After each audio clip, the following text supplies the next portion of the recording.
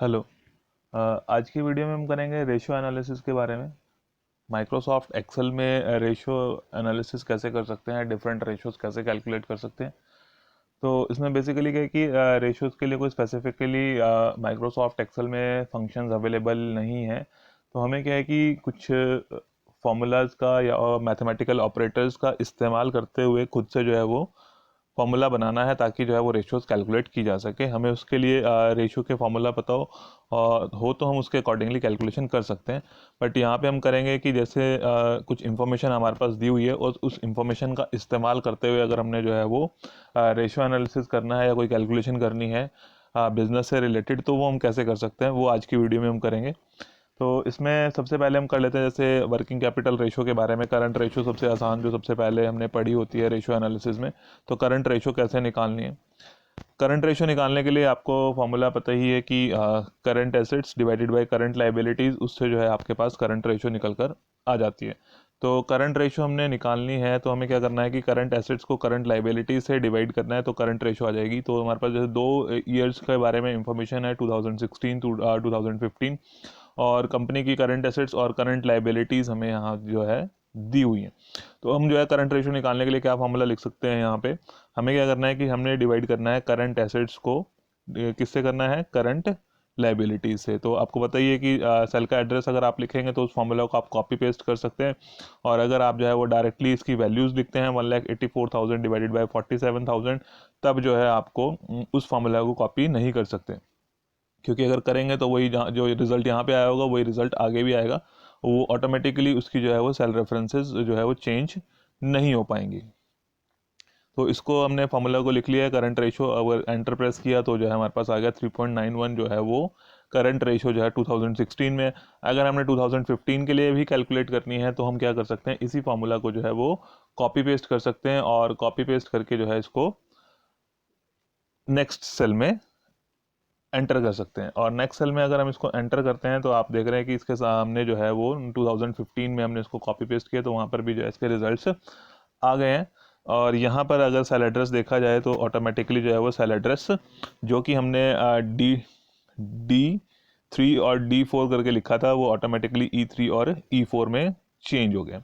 और यहाँ पर एक चीज़ और लिखी है हमने, जैसे वर्किंग कैपिटल कैलकुलेट करनी है तो वर्किंग कैपिटल जो है that is equal to current assets minus current liabilities की। अगर हमने जो है नेट वर्किंग कैपिटल कैलकुलेट करना होता है तो उसके लिए जो फॉर्मूला है that is current assets minus current liabilities. तो अगर हम इस सेल में निकालना चाहते हैं वर्किंग कैपिटल, तो उसके लिए जो फॉर्मूला रहेगा वो क्या रहेगा? दैट इज इक्वल टू से स्टार्ट करता है जैसे हम किसी भी फॉर्मूला को। तो करंट एसेट्स जो है वो हमारे पास जो सेल का एड्रेस है दैट इज D3, और D3 में से हमने माइनस कर दिया है D4 को। तो इससे जो है वो करंट एसेट्स में से करंट लाइबिलिटीज माइनस करने से हमारे पास जो है वो वर्किंग कैपिटल आ गई। और इसी फॉर्मूला को जो है हम कॉपी पेस्ट करके जो है वो नेक्स्ट ईयर के लिए भी कैलकुलेट कर सकते हैं। और यहाँ पर ऑटोमेटिकली जो है सेल एड्रेस चेंज हो गया, E3 माइनस E4 जो हमने करना था E3 में से E4 माइनस करके जो है वो वर्किंग कैपिटल 2015 के लिए भी कैलकुलेट हो गई है। तो इस तरह से जो है वो फॉर्मूला हमें बताओ कि हमने करना क्या है, तो उसके अकॉर्डिंगली जो है हम मैथमेटिकल ऑपरेटर्स का इस्तेमाल करते हुए जो है कैलकुलेशन कर सकते हैं। करंट रेशो निकालनी थी तो हमने डिवाइड करना था तो डिवाइड का साइन लगा दिया, फ्रंट स्लैश यूज़ करते हैं उसके लिए जो मैथमेटिकल ऑपरेटर है हमारे पास, और माइनस करना था तो उसके लिए माइनस का साइन लगा दिया, और इससे जो है हमारी कैलकुलेशन हो गई। अब इसी से रिलेटेड और जो है कुछ और एग्जांपल्स इसमें कर लेते हैं रेशियो एनालिसिस में। जैसे हमारे पास एक है यहाँ पे इंफॉर्मेशन कलेक्शन पीरियड से रिलेटेड, कि एवरेज कलेक्शन पीरियड हमने निकालना है। जैसे वर्किंग कैपिटल से तो कंपनी की लिक्विडिटी पोजीशन के बारे में पता चलता है, तो वो हमने कैलकुलेट कर ली कि कंपनी की वर्किंग कैपिटल कितनी है, उसमें कितना इंक्रीज या डिक्रीज हुआ है और क्या परसेंटेज है उसकी, तो उससे हम एनालिसिस कर सकते हैं। बट यहाँ पे है कि हमें कैलकुलेशन करने में आसानी हो जाती है, और एक ही फॉर्मूला अगर हमने सही ढंग से लिखा है, सही सेल रेफरेंसेस को यूज़ करते हुए लिखा है, तो उस फॉर्मूला को हम आगे भी यूज़ कर सकते हैं। देन एवरेज कलेक्शन पीरियड के बारे में कर लेते हैं। तो उसका जो फॉर्मूला है that is accounts receivable divided by average daily sales. Average collection period is equal to accounts receivable divided by average daily sale. तो यानी कि अकाउंट रिसीवेबल निकालने हमने, पहले तो हमें जो है वो एवरेज अकाउंट रिसीवेबल्स निकालने पड़ेंगे कि हमारी जो है वो एवरेज अकाउंट रिसीवेबल कितनी है। तो एवरेज अकाउंट रिसीवेबल कैलकुलेट करने के लिए क्या फॉर्मूला यूज़ करते हैं कि हमने क्या करना है कि दोनों का टोटल करना है, दोनों के टोटल को 2 से डिवाइड करना है। तो अगर हम करते हैं इक्वल टू से शुरू करते हैं इस फॉर्मूला को, हमने किया कि this plus this divided by 2 divided by 2। अगर आप इस तरह से लिखेंगे फॉर्मूला को तो आपको जो है डिज़ायर्ड रिजल्ट्स नहीं मिलेंगे, क्योंकि जो है वो माइक्रोसॉफ्ट एक्सेल में क्या किया जाएगा, पहले C7 को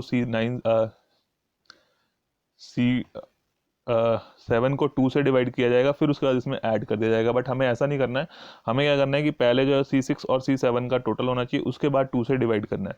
तो जब हमने इसके एवरेज अकाउंट रिसीवेबल निकालने हैं तो हमें क्या करना है कि यहाँ पर जो है वो ब्रैकेट का इस्तेमाल करना है, ताकि जो है वो माइक्रोसॉफ्ट एक्सेल पहले इनका टोटल करे और उस टोटल को जो है वो 2 से डिवाइड करे, तब जो है हमारे पास सही रिजल्ट्स आएंगे। तो जब फॉर्मूला हमने लिखना है तो फॉर्मूला में किस तरह से उसको लिखा जाए ताकि हमें डिज़ायर्ड रिजल्ट्स मिले, क्योंकि अगर आपने लिख दिया 5 लाख प्लस 4,80,000 डिवाइडेड बाई 2, तो कंप्यूटर को नहीं पता कि आप क्या चाहते हैं कि पहले इसको टोटल किया जाए फिर 2 से डिवाइड किया जाए। तो कंप्यूटर ने तो अपने अकॉर्डिंगली जो है उसको बोर्ड मास के रूल को अप्लाई करते हुए पहले डिवाइड कर देना फिर प्लस करना है, तो आपको डिज़ायर्ड रिजल्ट्स नहीं मिलेंगे। इसलिए पहले क्या करना है कि आपने जो है इन दोनों का टोटल करना है। तो टोटल करने के लिए हमें जो है वो ब्रैकेट लगानी पड़ेगी, ताकि पहले ब्रैकेट को सॉल्व किया जाए, टोटल आ जाए, और फिर उस टोटल को डिवाइड करना है। तो इस तरह से हमारे पास अकाउंट रिसीवेबल्स आ जाएंगे। एंटर प्रेस किया तो अकाउंट रिसीवेबल आगे की जो है वो एवरेज जो है अकाउंट रिसीवेबल्स हमारे 4,90,000 के हैं, ये आ गए हमारे पास। अब हमें क्या निकालना है कि एवरेज डेली सेल्स निकालनी है। एवरेज अकाउंट रिसीवेबल्स को हमने क्या करना है, एवरेज डेली सेल से डिवाइड करना है। तो अब हमें एवरेज डेली सेल निकालनी है। एवरेज डेली सेल निकालने के लिए क्या है कि टोटल सेल्स को हम number of days in a year से डिवाइड कर देंगे तो एवरेज डेली सेल आ जाएगी। तो दैट मीन्स कि यहाँ पे हमें क्या फॉर्मूला लिखना है कि दिस जो आपकी क्रेडिट सेल्स है, उस क्रेडिट सेल को हमने डिवाइड करना है किससे, डेज इन अ ईयर, उससे डिवाइड किया तो फॉर्मूला बन गया हमारा इक्वल टू C10, जो भी उसका सेल रेफरेंस है C10 डिवाइडेड बाय C11। तो यहाँ पर जो है वो एवरेज डेली सेल्स हमारे पास आ जाएगी। अब एवरेज डेली सेल्स भी आ गई है हमारे पास और एवरेज अकाउंट रिसीवेबल भी आ गए, तो हम क्या है कि एवरेज कलेक्शन पीरियड कैलकुलेट कर सकते हैं। और उस एवरेज कलेक्शन पीरियड के लिए क्या फॉर्मूला हमारा बनेगा, अब हमें किसको डिवाइड करना है, हमें करना है एवरेज अकाउंट रिसीवेबल। तो उसकी वैल्यू कहाँ पे दी है, C8 में दी हुई है। तो यहाँ पर सेल एड्रेस अगर हमें पता है तो हम यहाँ पे टाइप भी कर सकते हैं C8। अब आप देख रहे हैं कि जैसे मैंने यहाँ पे टाइप किया C8 और वो सेल ऑटोमेटिकली हाईलाइट हो गया। तो अगर पता है तो हम उसको टाइप भी कर सकते हैं, अदरवाइज माउस से आप यहाँ पे क्लिक करेंगे तब भी वो सेल एड्रेस यहाँ पर आ जाएगा। अदरवाइज जो है आपके पास ऑप्शन है कि आप एरो कीज़ का इस्तेमाल करते हुए भी उस सेल एड्रेस तक उस सेल तक जा सकते हैं। तो इसको हमने डिवाइड करना है एवरेज डेली सेल से। तो इसके लिए हमने डिवाइड का साइन लगाया, डिवाइड के लिए फ्रंट स्लैश यूज़ किया, देन उसको एवरेज डेली सेल्स से डिवाइड कर दिया। ये एवरेज डेली सेल्स का सेल एड्रेस C12, और जब आप एंटर प्रेस करेंगे तो आपका जो है वो एवरेज कलेक्शन पीरियड आ गया 35.77 डेज। तो इस तरह से जो है हम कैलकुलेशंस परफॉर्म कर सकते हैं। बट बेसिकली क्या है कि हमें फार्मूला पता होना चाहिए, और उस फार्मूला को कैसे यूज़ करना है वो भी हमें देखना है कि किस तरह से जो है हमारे को डिज़ायर्ड रिजल्ट्स मिल सकते हैं। तो उसके लिए क्या है कि जैसे हमें ध्यान रखना है कि हम जो फॉर्मूला लिखें वो बॉड मास रूल को ध्यान में रखते हुए लिखें, ताकि हमें उसके अकॉर्डिंगली रिजल्ट्स मिले। देन नेक्स्ट जो है हम इसमें ही साथ ही में कर लेते हैं कि हमारे पास जो है वो एक ऑर्गेनाइजेशन की कुछ इनकम स्टेटमेंट के बारे में इंफॉर्मेशन दी हुई है, साथ में जो है उसके बैलेंस शीट से रिलेटेड हमारे पास इंफॉर्मेशन है। और उस इनकम स्टेटमेंट और बैलेंस शीट के बेसिस पर जो है हमें कुछ रेशियोज जो है वो कैलकुलेट करनी है। और यहाँ पर मैंने पहले से उसके कुछ फॉर्मूले लिखे हुए हैं और उसके अकॉर्डिंगली हम यहाँ पर कैलकुलेट करेंगे उनकी इनको रेशियोज को फाइंड आउट करेंगे। तो उसके लिए क्या करना है, हमने ये हमारे पास इनकम स्टेटमेंट दी हुई है, और इस इनकम स्टेटमेंट में भी जैसे कहीं कहीं पर हम जो है वो फॉर्मूलाज का इस्तेमाल कर सकते हैं। कुछ इन्फॉर्मेशन जो है वो हमारे पास बुक्स ऑफ अकाउंट से आएगी, बट बाकी जो है वो यहाँ पर कैलकुलेट की जा सकती है।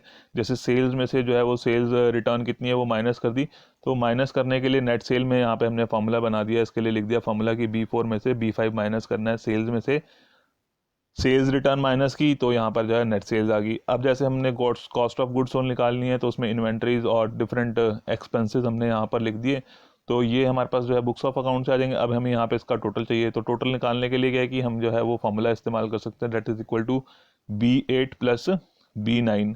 फिर उसमें से क्लोजिंग इन्वेंट्री माइनस करनी है ताकि कॉस्ट ऑफ गुड्स सोल्ड आ जाए, तो ये क्लोजिंग इन्वेंट्री तो हमें मिल जाएगी। और इसको कैलकुलेट करना है तो दैट मीन्स कि टोटल कॉस्ट ऑफ मर्केंडाइज में से हमने इन्वेंट्री क्लोजिंग इन्वेंट्री माइनस करनी है।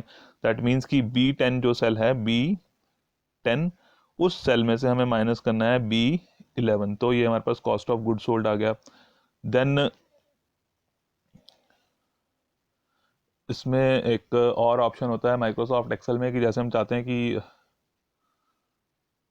हमारा ये फिक्स रहे, ऊपर मूव ना करे, तो उसके लिए हम फ्रीज पेन्स का ऑप्शन जो है वो यूज़ कर सकते हैं। तो व्यू में जाएंगे और यहाँ से फ्रीज पेन्स कर देते हैं।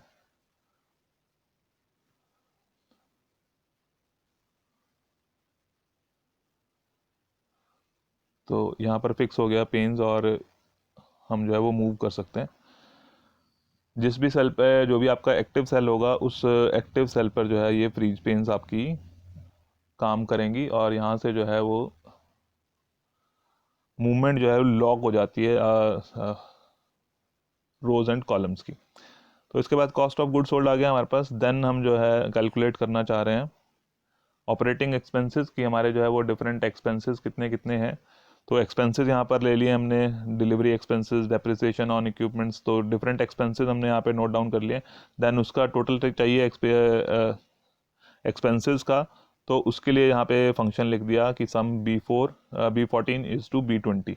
तो B सेल का एड्रेस है, देन 14 से लेके 20 तक में दिया हुआ है।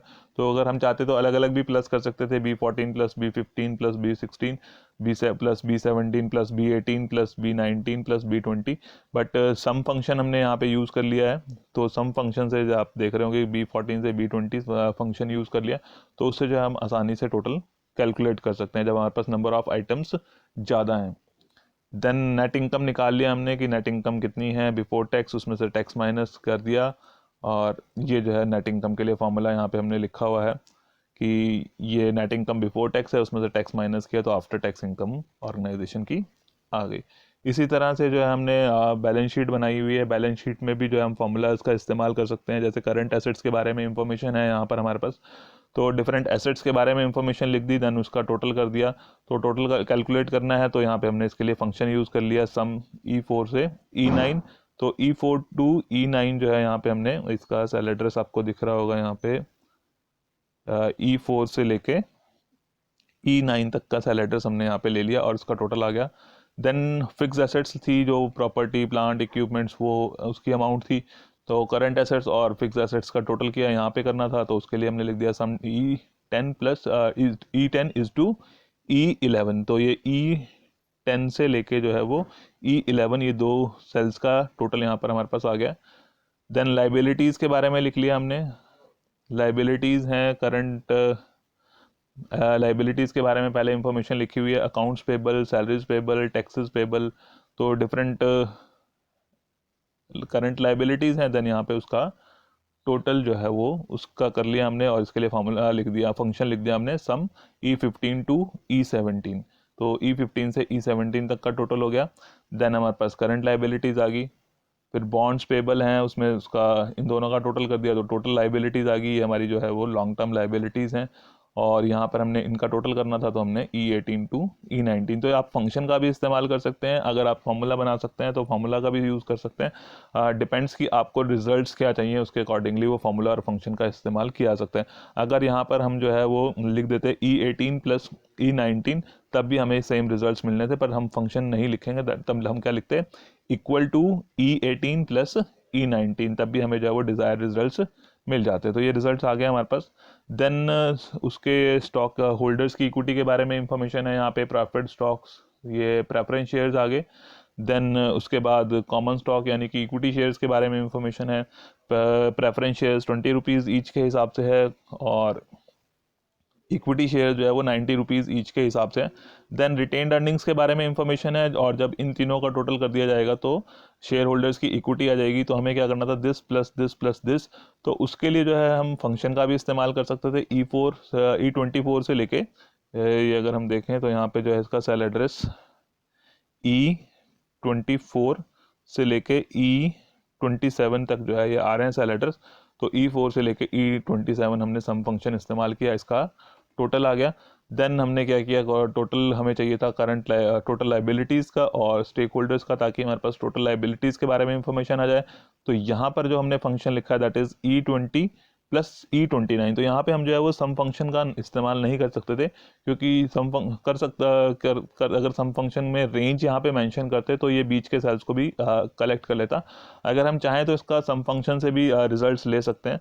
अगर सम फंक्शन का इस्तेमाल करते हैं तो आपको क्या करना पड़ेगा, कॉमा से सेपरेट करना पड़ेगा। अभी आपके पास क्या रिजल्ट आ रहा है, 5,24,000। अभी मैं इसको नेक्स्ट सेल में आपको कैलकुलेट करके बताता हूँ कि अगर हम जो है सम फंक्शन का इस्तेमाल करते तो इक्वल टू सम, हमें किस किस का टोटल करना था, टोटल लाइबिलिटीज़ का, ये देन कॉमा करके सेपरेट करके जो है हम इसको इस दूसरे सेल को लिखेंगे और देन जो है हम इसमें ब्रैकेट क्लोज कर देंगे, तब भी जो है हमारे पास वही सेम डिज़ायर्ड रिजल्ट्स आ जाएंगे। तो वो डिपेंड करता है कि हम जो है वो क्या रिजल्ट्स चाहते हैं, उसके अकॉर्डिंगली हम जो है वो फार्मूला बनाना चाहें तो फार्मूला भी बना सकते हैं, और अगर किसी स्पेशल फंक्शन का इस्तेमाल करना चाहते हैं तो वो स्पेशल फंक्शन भी इस्तेमाल कर सकते हैं। बट उसकी एप्लीकेबिलिटी के बारे में हमें पता होना चाहिए कि वो कैसे यूज़ किए जाते हैं। तो सम निकालने के लिए सम फंक्शन का भी इस्तेमाल कर सकते हैं आप, और अगर आप चाहें तो फॉर्मूला भी यूज़ कर सकते हैं, दिस प्लस दिस। बट यहाँ पे जब आप फंक्शन यूज़ करेंगे तो आपको फंक्शन का नाम लिखना है, और अगर आप फॉर्मूला लिखेंगे तो जस्ट आपको इक्वल टू करके प्लस का साइन करके जो है वो डिफरेंट सेल एड्रेसेस को यहाँ पर मेंशन करना है। तो इस तरह से ये इनकम स्टेटमेंट एक ऑर्गेनाइजेशन की हमारे पास अवेलेबल है। अब जो है हमें करना है इसमें calculate different ratios for that organization की, उस ऑर्गेनाइजेशन की जो है हमने कुछ रेशो एनालिसिस करना है। तो मैंने जैसे कुछ रेशोज़ के नाम भी लिखे हुए हैं यहाँ पे उसकी रेशो एनालिसिस के लिए, और साथ में उनके फॉर्मूला भी लिखे हैं। तो बट अब आपको यहाँ पे दिखाया जाएगा कि कैसे जो है वो रेशोज़ यहाँ माइक्रोसॉफ्ट एक्सेल में आप कैलकुलेट कर सकते हैं। फॉर्मूला लिखा है जैसे हमने करंट रेशो के लिए, current assets divided by current liabilities.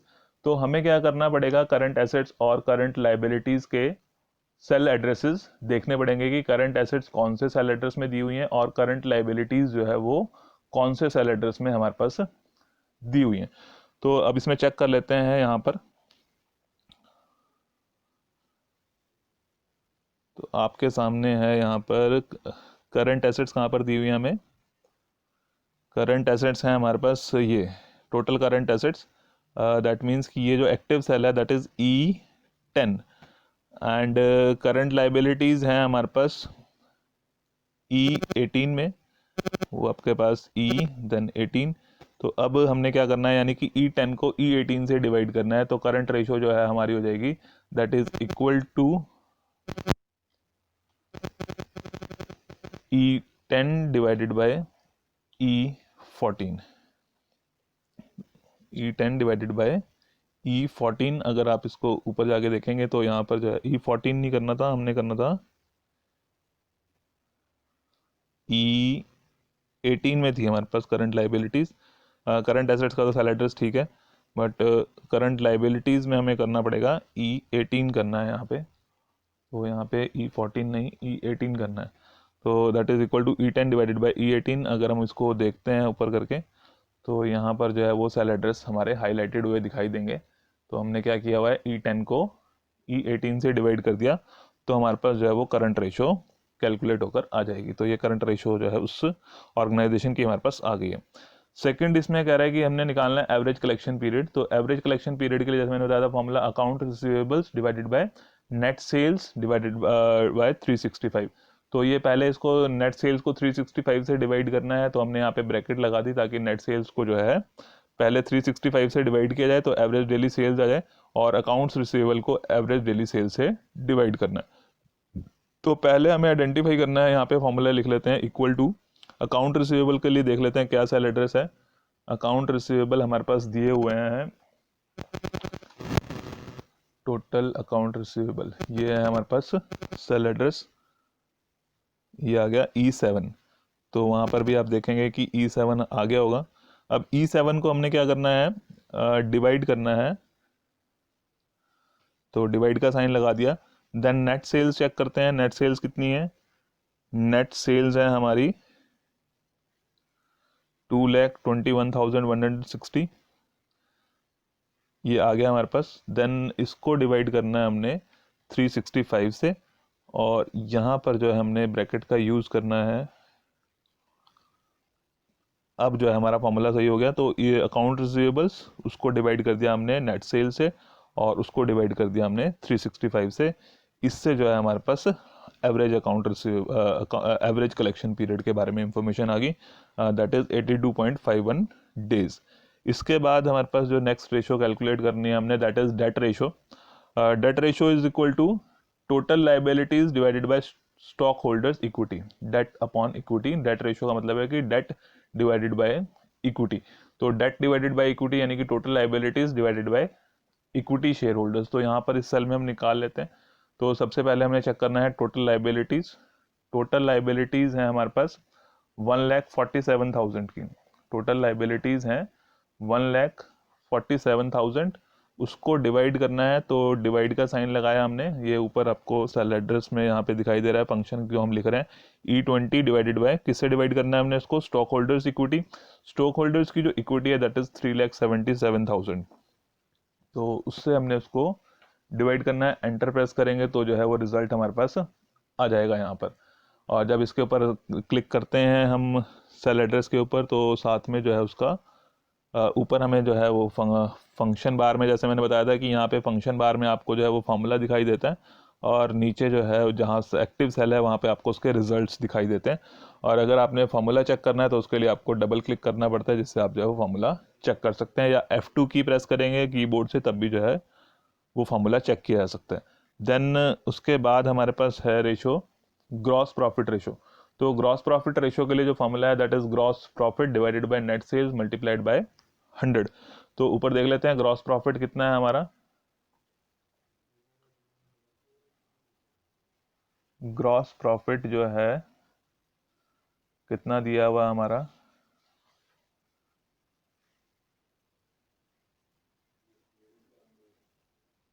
Cost of good sold यहाँ पे आना चाहिए था हमारा। ग्रॉस प्रॉफिट निकाल लेते हैं, कैलकुलेट कर लेते हैं।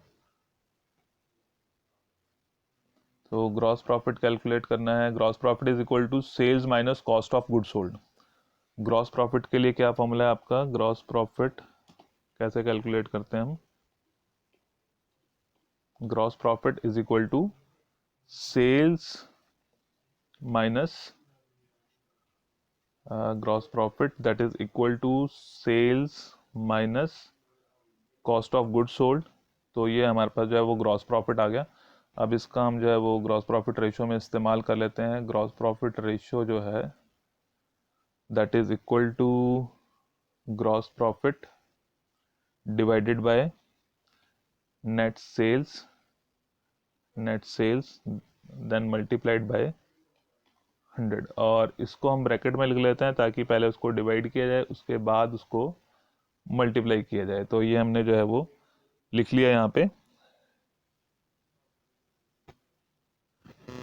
Gross profit B13 divided by B6 net sales multiplied by 100। और तो इसके जो है रिजल्ट्स हमें यहाँ पर आ गए। ये 53% जो है वो हमारी ग्रॉस प्रॉफिट रेशो जो है वो कैलकुलेट होकर आ गई है। देन हमें निकालना है नेट प्रॉफिट रेशो। तो नेट प्रॉफिट रेशो के लिए जो फॉर्मूला है that is equal to net profit divided by net sales multiplied by 100। तो यहाँ पर जो है हमारे पास नेट प्रॉफिट जो है दिया हुआ है आफ्टर इनकम टैक्स। ये हमारा नेट प्रॉफिट आ गया। इसके लिए ब्रैकेट शुरू कर लेते हैं, net profit then divided by net sales जो है ये दी हुई है हमारे पास, देन ब्रैकेट क्लोज मल्टीप्लाई करेंगे 100 से। तो नेट प्रॉफिट रेशो आ गई। दैट मीन्स कि हमारी जो सेल्स है उसका 33.53% जो है वो हमारा नेट प्रॉफिट है। देन उसके बाद हमें कैलकुलेट करना है रिटर्न ऑन इन्वेस्टमेंट। और रिटर्न ऑन इन्वेस्टमेंट के लिए जो फॉर्मूला है that is net earnings divided by total assets. Net earnings divided by total assets. तो नेट अर्निंग्स कितनी है ऑर्गेनाइजेशन की, ये जो नेट प्रॉफिट है दैट इज नेट अर्निंग्स। तो इस नेट अर्निंग्स को हमने डिवाइड करना है किससे, टोटल एसेट से। तो टोटल एसेट से डिवाइड करना है। टोटल एसेट्स कितनी है ऑर्गेनाइजेशन की, यहाँ पर ये दिया हुआ है टोटल एसेट्स। तो ये सेल एड्रेस आ गया ये सेल एड्रेस आ गया E12। और यहाँ पर जो है वो नेट प्रॉफिट हमारे पास दिया हुआ है B25। तो यहाँ पे फॉर्मूला बन गया हमारा B25 डिवाइडेड बाय E12 और एंटर प्रेस किया हमने तो रिजल्ट आ गया ये 0.141। तो रिटर्न ऑन इन्वेस्टमेंट हमने निकाली। अब नेक्स्ट एक और रेशो हम पास निकालने के लिए है अर्निंग पर कॉमन शेयर, यानी कि earning per share, earning per equity share हमने कैलकुलेट करनी है। तो पर शेयर जो है वो इक्विटी शेयर जो है वो कितनी अर्निंग्स हो रही हैं। तो उसके लिए जो फॉर्मूला है that is net earnings for share holders, net earnings for share holders that is for equity share holders या common share holders divided by average common stock outstanding. तो एवरेज कॉमन स्टॉक आउटस्टैंडिंग और net earnings for share holders. तो यहाँ पे देख लेते हैं क्या क्या इंफॉर्मेशन है हमारे पास। तो यहाँ जो इन्फॉर्मेशन है इसमें जो है net profit after income tax दिया हुआ है। तो इस इनकम टैक्स वाले प्रॉफिट में से जो आफ्टर टैक्स प्रॉफिट है, इस प्रॉफिट में से पहले हम प्रेफरेंस शेयर होल्डर्स का डिविडेंड पे करेंगे, देन जो अर्निंग्स बचेंगी that is the earnings for equity share holders की, वो जो है इक्विटी शेयर होल्डर्स के लिए बाद में उसके बाद अर्निंग्स बचती है हमारे पास। पहले इसमें से प्रेफरेंस शेयर होल्डर्स को दिया जाएगा, फिर उसके बाद जो अर्निंग्स बचेंगी that is for equity share holders. और दूसरा क्या चीज़ चाहिए थी हमें, दूसरा उसमें से चाहिए था एवरेज कॉमन शेयर्स आउटस्टैंडिंग। तो कितने शेयर्स आउटस्टैंडिंग हैं, तो हमारे जो है कॉमन स्टॉक जो है वो 5000 शेयर्स हैं। बट हमें अभी कैलकुलेट करना है कि जो इक्विटी शेयर होल्डर्स हैं उनके लिए कितनी अर्निंग्स बचेंगी। तो नेट प्रॉफिट कितना है हमारा, इतना है, और उसमें से प्रेफरेंस शेयर्स का डिविडेंड माइनस करना है। तो यहाँ पे हम अगर लिख लेते हैं कि डिविडेंड ऑन प्रेफरेंस शेयर्स या dividend on preference shares, dividend on preference shares. तो यहाँ पर इसके लिए क्या फॉर्मूला बनेगा डिविडेंड ऑन प्रेफरेंस शेयर्स। तो जो प्रेफरेंस शेयर्स हैं हमारे वो 40,000 के हैं और 40,000 पे हमने 6% डिविडेंड पे करना है। तो that means this is equal to 40,000 multiplied by 6%। तो उस पर हमने जो है वो 6% देना है डिविडेंड। तो हमने लिख दिया ये हमारे पास 40,000 जो है उस 40,000 का 6% जो है हमने कैलकुलेट कर लिया, 40,000 का 6% आ गया। देन जो है अब इसमें से हमने जो है क्या करना है, अर्निंग्स फॉर शेयर होल्डर्स की, शेयर होल्डर्स के लिए कितनी अर्निंग बचेगी, दैट इज इनकम के बाद जो टैक्स के बाद जो प्रॉफिट है उसमें से हम माइनस कर देंगे डिविडेंड ऑन प्रेफरेंस शेयर्स। तो ये अर्निंग जो है वो इक्विटी शेयर होल्डर्स के लिए बच गई है। अब इसको हमने जो है उस अपने फॉर्मूले में इस्तेमाल करना है। तो नेट अर्निंग्स जो है शेयर होल्डर्स के लिए दैट इज इक्वल टू, यहाँ पर आ गया हमारे पास ये शेयर होल्डर्स के लिए अर्निंग्स आ गई, इसको डिवाइड करना है किससे कि आउटस्टैंडिंग शेयर्स 5000, आउटस्टैंडिंग शेयर्स जो है हमारे पास 5000 है, इससे डिवाइड करेंगे तो ईपीएस जो है वो अर्निंग पर शेयर जो है इस तरह से हम कैलकुलेट कर सकते हैं। तो कहने का मतलब है कि आपके पास जो भी इंफॉर्मेशन यहाँ पर दी हुई होगी उस इंफॉर्मेशन के बेसिस पर आपको जो है वो फार्मूलाज और फंक्शंस का इस्तेमाल करते हुए जो है कैलकुलेशन करनी होती है। बट कोई स्पेसिफिक हमारे पास जो है वो इसके लिए रेशोज़ नहीं है अवेलेबल। उसमें क्या है कि हमें अपने आप से फॉर्मूला पता होना चाहिए और सेल रेफरेंसेस, सेल एड्रेसेस का प्रॉपर इस्तेमाल करते हुए सही फंक्शन यूज़ करते हुए जो हम कैलकुलेशन कर सकते हैं। तो आज की वीडियो में इतना ही है जिसमें मैंने आपको बता दिए हैं डिफरेंट रेशोज़ जो है वो कैसे कैलकुलेट की जाती हैं, डिफरेंट रेशोज़ के जो फॉर्मूले हैं वो कौन से हैं और उन फॉर्मूला का आप जो है वो कैसे कैलकुलेशन कर सकते हैं। Okay, thank you.